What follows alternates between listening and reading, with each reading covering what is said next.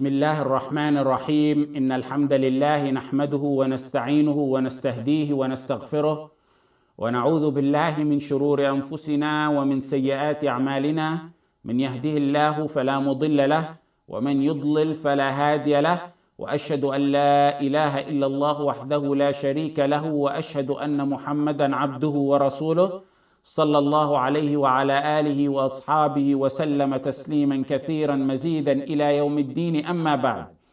This is our 10th class on the chapter of fasting from Zaad al Mustaqni, and previously we took how Ramadan starts and ends. Then we took the condition of one who fasts, which is the matters that we took, like Muslim, mukallaf, and able, and a resident, and a woman who's not on her menstrual cycle or postnatal bleeding.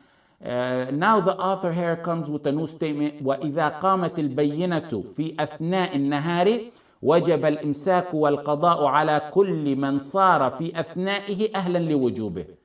If the start of Ramadan is proven to an individual, if it's confirmed and witnessed to an individual, that's what we mean when we say وَإِذَا قَامَتِ الْبَيِّنَةُ. If it's established that it's Ramadan. And how do we know Ramadan starts or ends? One of two ways that we already took. The moon was sighted, and or we complete the previous month 30 days. That's the only two ways that a month for a fiqh Islamic perspective starts and ends.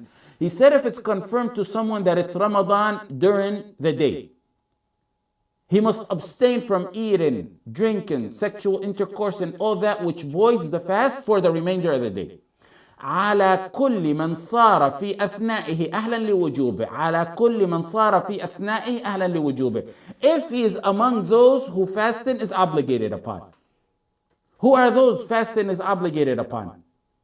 Those who we studied in the previous couple classes. Sane, Muslim, over the age of puberty. The matters that we discussed and studied in detail. You notice how this sentence, this rule that we're studying today, is based on what we took in the previous classes. It ties into each other, and that's why it's very well organized. He said if Ramadan is confirmed to you, how's Ramadan confirmed? We already spent some classes on that, the moon sighted, or we complete 30 days. Then the next sentence says, if you're among those who fasting is obligated upon. Who are those fasting is obligated upon? We took that in the previous two classes. Very well organized and structured. Although it may not appear so, but in reality, when you study the substance of fiqh, it's very well organized in structures. Our ulama took a lot of time to write this. The statement saying over here that we're trying to discuss is if you sleep not knowing it's Ramadan. You went to sleep, you don't know if the next day is Ramadan. You forgot, you didn't know, you didn't pray the Isha at the masjid. You go to the masjid the next day for Dhuhr, Asr, and they tell you, one of your friends tells you, it's Ramadan today. From that point on, the author is saying you must abstain from food, water, intercourse, and everything that voids your fast.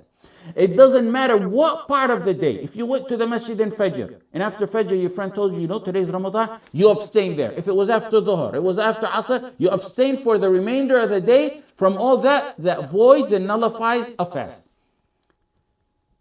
Here, he says, if the proof has been established that Ramadan began, you do imsak, which means you abstain from eating, drinking, and intercourse. So the first opinion we have, is from the moment that it's been confirmed to you that this day is Ramadan, you abstain from eating, drinking, intercourse, and that which voids a fast. This is the opinion of the overwhelming majority of the ulama. Ibn Taymiyyah strongly advocated for this opinion. In fact, some ulama consider this opinion an ijma'. Ijma' is consensus, means agreed upon. Ibn Abd al-Barr rahimahullah said the only person I know who disagreed with this opinion is Ata rahimahullah. So if it's not an ijma', it's so close to an ijma'. That's the first opinion, and it is actually the correct opinion. The second opinion is what Ata rahimahullah said, and it was one of two opinions by Imam Ahmad. They said one is not obligated to abstain for the remainder of the day when he finds out if it's Ramadan.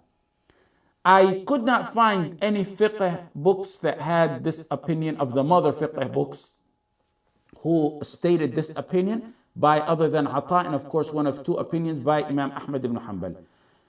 knowing nearly everything is disputed in fiqh, this is, if not an ijma', like I said, very close to an ijma'. What's the proof? عن سلمة بن الأكوع رضي الله عنه قال أمر النبي صلى الله عليه وسلم رجلا من أسلم أن أذن في الناس أن من كان أكل فليصم بقية يومه ومن لم يكن أكل فليصم فإن اليوم يوم عاشوراء. Salamat ibn al-Akwa said the Prophet ﷺ ordered a man from the tribe of Bani Aslam make an announcement.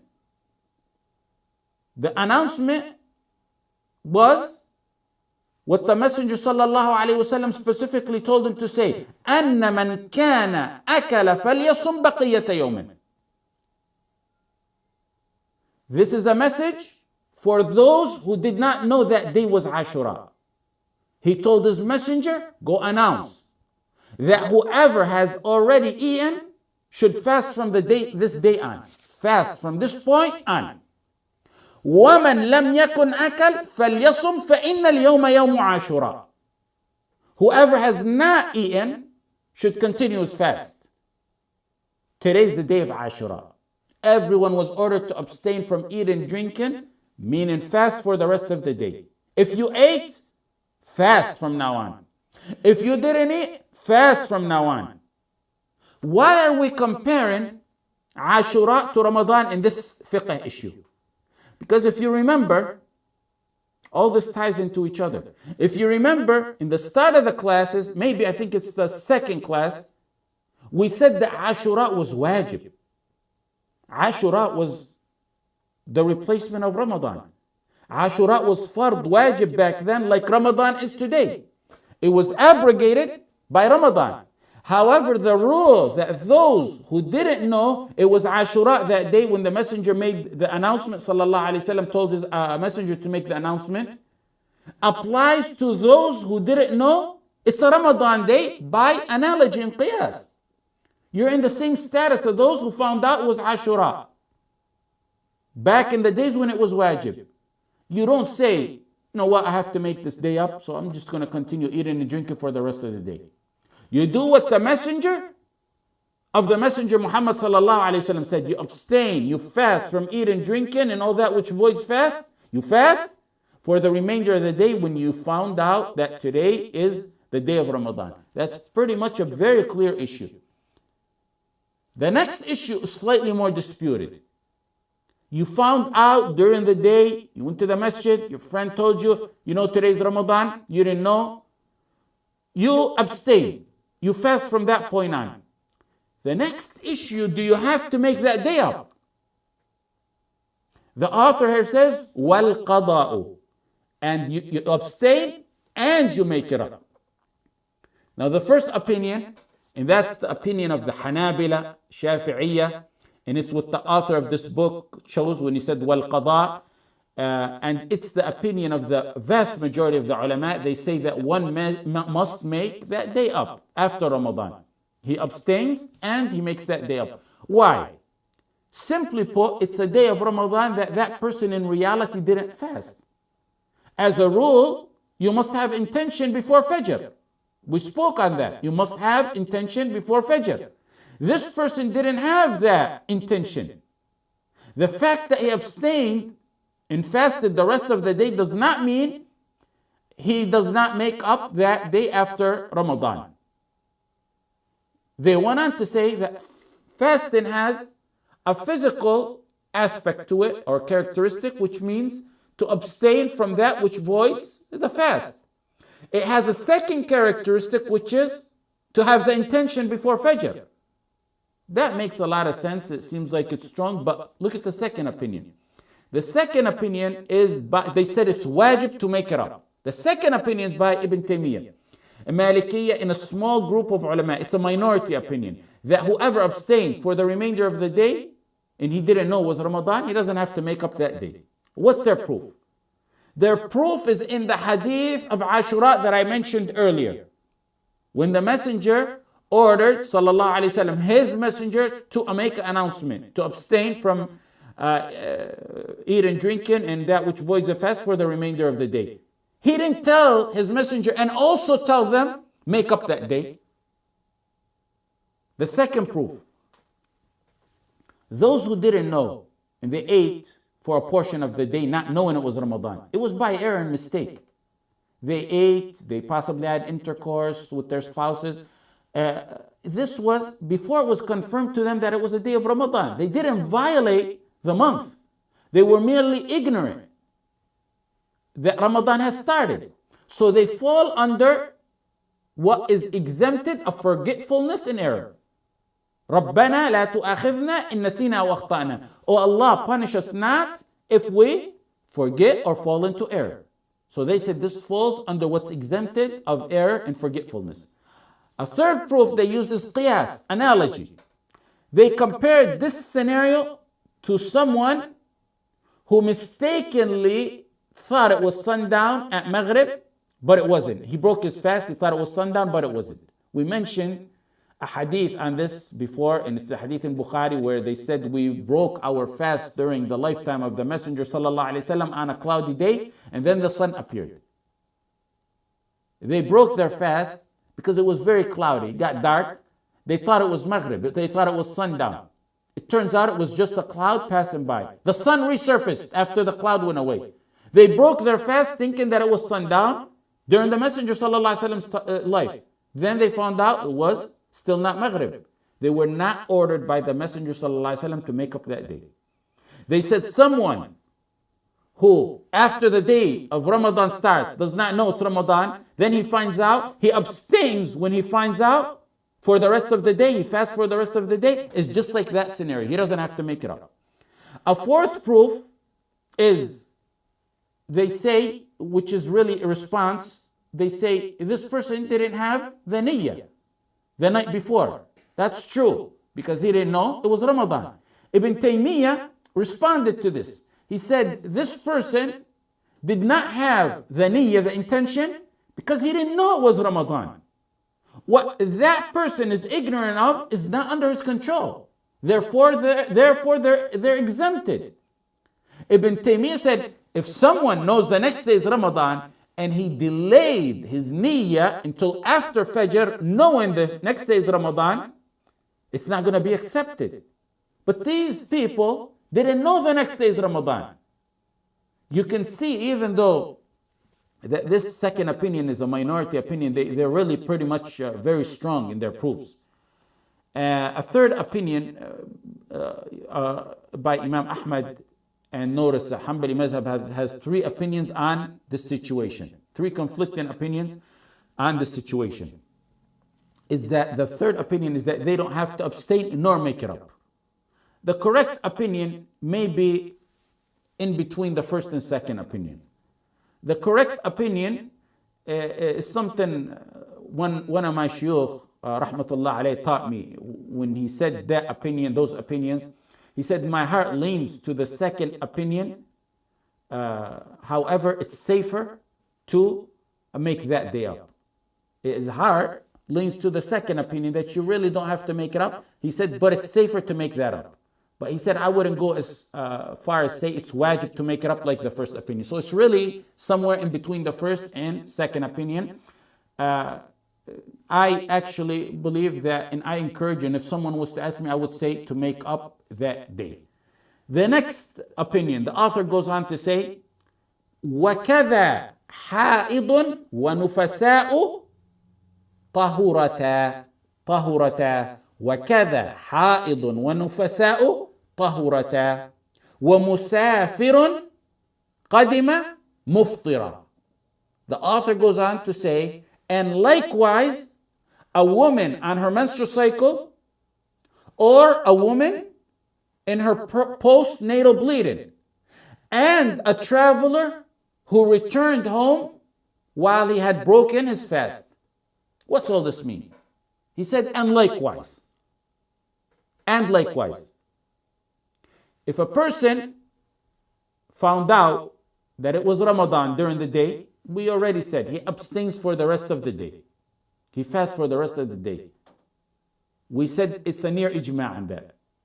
He's saying now, and likewise, if a woman is on her menstrual cycle, becomes pure during the day, she must abstain for the rest of the day. She must fast for the rest of the day. If a woman on her postnatal bleeding becomes pure during that day, she abstains for the rest of the day, of that Ramadan day. If a traveler, he traveled, he went out, he came back, he decided to break his fast because he's exempted, he was on his journey. He returned home before sunset, in the fasting hours of the day. He has to abstain for the rest of the day when he returns home. First of all, the author didn't include these three categories: women on her menstrual cycle, women in her postnatal bleeding, and a traveler. He didn't include these in the first sentence. He separated them from the previous sentence, from those who found out during the day of Ramadan that today is the day of Ramadan. And he separated between those two sentences. He says, likewise, وَكَذَا حَائِضٌ وَنُفَسَاءُ. Why didn't he include them all together in one sentence? He could have, it could have been more eloquent to do so. He separated them with the word وَكَذَا. Because the answer to that is because these matters are greatly disputed. There's a trend in many of the fiqh books where they usually mention issues that have an ijma', consensus on them first, or a close to an ijma', like an overwhelming majority of ulama support that opinion, or a near ijma'. Then they follow that with issues that may be widely disputed by saying, and likewise, وَكَذَا. They tag them on with وَكَذَا. The man or woman who found out during the day that it's Ramadan must abstain for the rest, fast for the rest of the day. That's near ijma'. We stated Ibn Abd al-Bar said the only one I know of who disagreed with this was Ata. That's as close to an ijma' as you can get. But then, a woman on her menstrual cycle who becomes pure and clean that day, or a traveler, or a woman on her post-natal bleeding days, these three issues that the author mentions here, after he mentions وَكَذَا and likewise, they're widely disputed, unlike the first matter. So the author separated them from the first matter by the sentence وَكَذَا and likewise. He separated those three conditions from one who finds out during the day that it's Ramadan by saying وَكَذَا, because these three issues are widely disputed. Now let's talk about these three categories, three issues. A woman on her menstrual cycle, a woman in her after her postnatal bleeding, and a traveler who returns home. A woman on her menstrual cycle or postnatal bleeding becomes pure at dhuhr. Dhuhr, she's finished. The bleeding is done, and she takes a shower, she's clean. She has to make up that day and all days missed, while she was on her days of her menstrual cycle or postnatal bleeding. There is no question that they have to make up the missed days. وَمَنْ كَانَ مَرِيضًا أَوْ عَلَى سَفَرٍ فَعِدَّةٌ مِّنْ أَيَّامٍ أُخَرَ. Whoever's ill and on a journey, the same number of days which he didn't observe in Siyam, he must make up. That's for a traveler. And as for a woman who's ha'id or nufasa, that's by ijma' in the hadith in Sahih Muslim. كُنَّا نُؤْمَرُ بِقَضَاءِ الصَّوْمِ وَلَا نُؤْمَرُ بِقَضَاءِ الصَّلَاةِ. Aisha said, we were commanded to not make up the prayer, but we were commanded to make up the fasting. The question is, do these categories, we know they have to make it up. Do these categories that I mentioned have to abstain the day that they became clean and pure or the day that traveler returned home? That's the issue at hand. The issue of them making that day up, that's ijma'. A traveler or woman on a menstrual cycle or postnatal, they have to make up those days. Now the first opinion, according to Abu Hanifa, in one of two opinions by Imam Ahmad, chosen by the author of this book, and the madhab of the Malikiya, is a woman on her menstrual cycle or postnatal bleeding day, when she becomes pure of that, she has to fast for the remainder of that day in honor of that day, since she could not do an entire wajib, which is fast the entire day. She can do a partial wajib by fasting the remainder of the day when she is pure. They also said the woman or traveler who were exempted from fasting that day for an excuse, the excuse is no longer there, so they must abstain. That's the rationale behind that. The second opinion is one of two opinions by Imam Malik and one of two opinions by Imam Ahmad. And it's the opinion of Imam Shafi'i, that a woman does not need to fast or abstain for the remainder of that day when she becomes pure. As long as, of course, what we mentioned before, she doesn't do it publicly. This opinion said, first of all, they were permitted to eat in the start of the day, so they can eat and continue eating for the rest of the day. Also, they said there's no benefit in them abstaining for the rest of the day, fasting the rest of the day. Someone who didn't know was Ramadan, and they found out, and he fasted, some ulama say, when he fasts the rest of the day, he doesn't need to make it up. We said it's safer to make it up. Here, a woman on her menstrual cycle or postnatal bleeding, or a traveler who returned home, there's no dispute that says they don't make it up. It's by ijma' that they must make it up. So the ulama here are saying there's no benefit in them fasting the rest of the day. The fact that she needs to make up that day regardless, and the fact that the traveler returned home needs to make up that day regardless, makes fasting the remainder of the day futile and useless. And a third, and a strong proof, is what is narrated in Ibn Abi Shaybah, that Ibn Mas'ud radiallahu anh said, "Man akala awwal an-nahar falyakul akhirah." Ibn Mas'ud said, whoever eats in the start of the day, like in scenarios that we mentioned, then he can eat throughout the day, to the end of the day. And this is the correct opinion. A woman who's on her menstrual cycle or postnatal bleeding becomes pure during that day, Dhuhr, Asr, or right before Maghrib, she does not have to abstain or fast for the rest of the day.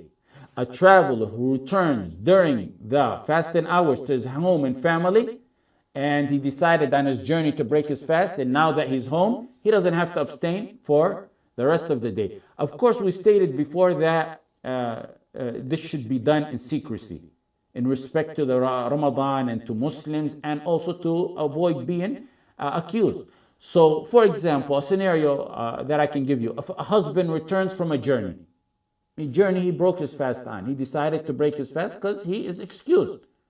And a wife at home that day became tahira, pure from her menstrual cycle. They can have sexual intercourse that day of Ramadan. It's halal and there's no kaffara. I read a rule some fuqaha stated, which I very much like on this matter. And they said, whoever breaks their fast for any legitimate reason, then that reason happens to go away during the hours of fasting, they don't have to abstain the remainder of that day after the reason they were allowed to break their fast for goes away. Whoever breaks his fast for any legitimate Islamic fiqh reason, then that reason happens to go away during the day, then they don't have to abstain the rest of the day. They don't have to fast the rest of the day. A last point, in addition to a woman on her menstrual cycle, and a woman in her postnatal bleeding, and a traveler that the author gave, there's other similar reasons that the author did not mention. For example, a nursing mother breaks her fast so she can nurse her infant and care of her infant. She's excused. Her infant happens to die that day. She broke her fast to nurse him. The infant, her son, happens to die that day. She doesn't have to abstain for the rest of that day. Another scenario, the reason is whoever breaks his fast for a legitimate reason, then that reason goes away during that day. They don't have to abstain for the rest of the day. The rule that I gave you. Another scenario, more practical, and the author, I'm not sure why he didn't mention it. Person who's ill. He broke his fast because he's ill. He's exempted. After Asr, he's as healthy as can be. The fever or whatever he had went away. He doesn't have to abstain for the rest of the day. Why? We told you. Whoever breaks his fast for a legitimate reason, then that reason goes away during the day. Now he's cured. He doesn't have to abstain. And we mentioned to you the statement that Ibn Mas'ud radiallahu anh stated in Musannaf Ibn Abi Shaybah. So that's the opinion on this matter. جزاكم الله خيرا وصلى الله على سيدنا محمد وعلى آله وصحبه وسلم.